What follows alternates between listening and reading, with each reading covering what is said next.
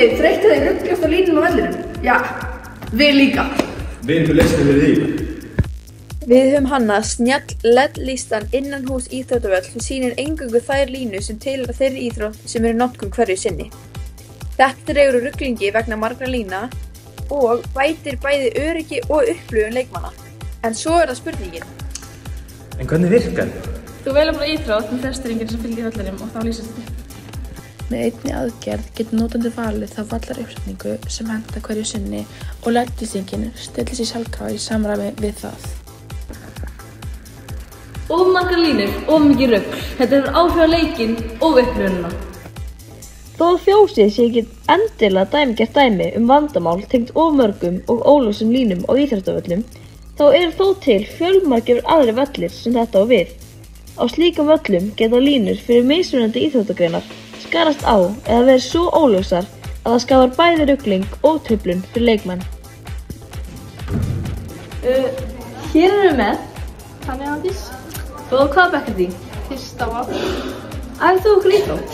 Já, ég er blank. Hafa línur á vellinum truflað eitthvað? Svona margar sem að krossast á. Mjög mikið, þetta er óþolandi. Takk fyrir það. Hvern eru við hér með? Biljamist. Hvaða bekk þín? Öðrum til. Æfir þú okkur íþrótt? Já, ég er blank. Frábært.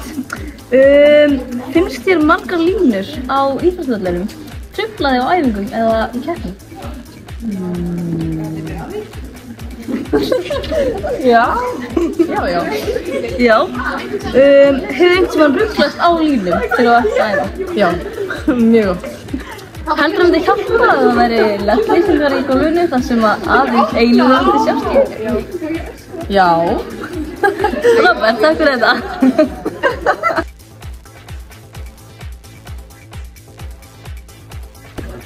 Hvern erum við hér með? Rósu. Og hvaða bekk ert í? Fyrsta T. Hefurðu æft einhverjar íþróttir? Já, bara handbolta, fótbolta, körfubolta, bara alls konar. Frábært.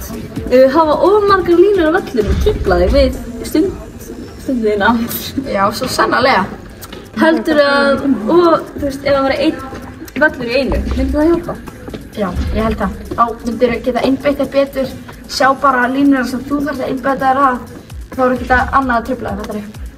Takk fyrir þetta.